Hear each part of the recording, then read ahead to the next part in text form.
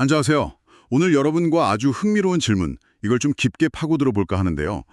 바로 예수님은 왜 하나님을 아버지라고 부르셨을까? 그리고 이게 우리가 드리는 예배랑 무슨 관계가 있을까 하는 점이에요. 목표는 간단합니다. 이 아버지라는 호칭 뒤에 숨겨진 신학적 의미, 이걸 좀 캐내보고요. 그래서 우리가 누구에게 예배하는지를 더 명확하게 이해하는 거죠.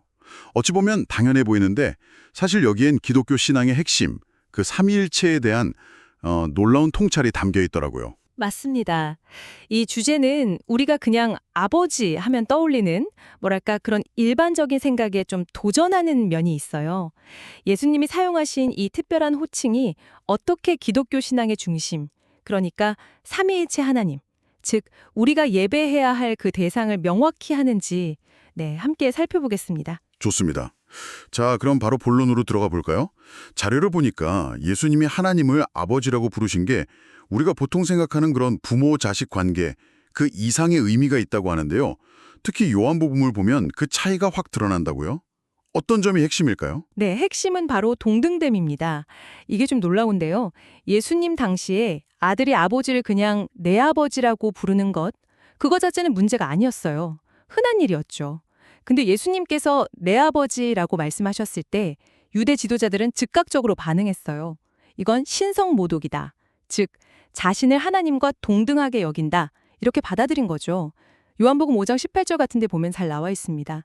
그러니까 그들은 예수님이 하나님과 동등한 본질, 또 권위를 주장한다고 정확히 이해했던 겁니다. 와, 그러니까 아버지라는 호칭 자체가 당시 사람들에게는 예수님이 내가 하나님과 동등하다 이렇게 선언하는 걸로 들렸다는 거군요.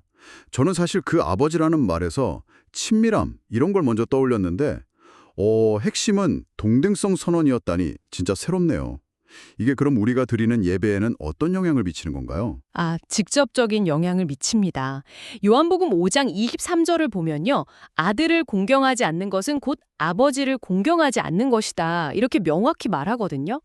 즉, 예수님을 그냥 위대한 스승 또는 예언자 이 정도로만 생각하면요. 성경이 말하는 그 참 하나님께 제대로 예배할 수 없다는 뜻입니다. 네, 예수님이 아버지와 동등하신 하나님이심을 인정하는 것, 이게 참된 예배의 출발점인 거죠. 그 도마가 부활하신 예수님 보고 나의 주님이시오, 나의 하나님이십니다. 이렇게 고백했던 것처럼요. 이게 바로 기독교의 핵심 교리인 삼위일체, 그러니까 한 분 하나님 안에 성부, 성자, 성령 이 세 위격이 동등하게 계신다는 믿음과 연결되는 지점이고요. 예수님의 영원한 아들 되심이라는 교리가 있는데 이건 그분이 어느 시점에 아들로 만들어진 게 아니라는 거예요. 영원 전부터 아버지와 함께 아들로서 존재하셨다. 이런 의미입니다. 그렇군요. 예수님의 신성을 인정하는 것이 예배의 기초다 이런 말씀이시네요. 그럼 삼위일체의 다른 한 분, 성령님은 어떻습니까? 삼위일체 하나님께 드리는 예배에서 성령님의 역할은 뭐고 또 성령님께도 예배를 드려야 하는 건지 이것도 궁금한데요. 네, 아주 흥미로운 질문이십니다. 성경에 성령님께 예배하라 이런 직접적인 명령은 사실 없어요. 하지만 성령님 없이는 참된 예배가 불가능하고 또 성령님 또한 본질적으로 예배받으시기에 합당하신 하나님이십니다. 왜냐하면 첫째로 로마서 8장에 나오듯이 성령님은 우리가 하나님을 아바, 아버지라고 부르면서 담대히 나아갈 수 있도록 도우시는 분이거든요. 성령님의 도우심 없이는 우리가 하나님께 연결될 수조차 없죠. 둘째는 성령님은 명백히 하나님이세요. 사도행전 5장에서 아나니아가 성령께 거짓말했을 때 베드로가 뭐라고 합니까? 하나님께 거짓말한 것이라고 책망하잖아요. 맞네요. 네. 셋째로 성령님은 아버지, 아들과 동등한 신적인 권위를 가지십니다. 예수님께서 모든 민족에게 침례를 줄 때 아버지와 아들과 성령의 이름으로 주라고 명령하셨죠. 마태복음 28장에.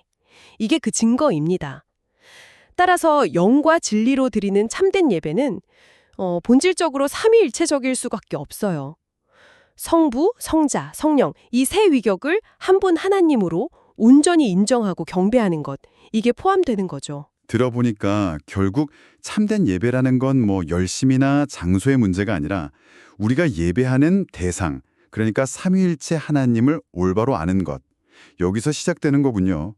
특히 예수님을 아버지와 동등하신 하나님으로 이해하는 게 그 핵심이고요. 맞습니다. 그리고 성령님의 역할과 그 신성을 인정함으로써 그 그림이 완성되는 거죠. 이걸 알 때 우리의 예배는 그냥 단순한 의식이나 기도를 넘어서는 거예요.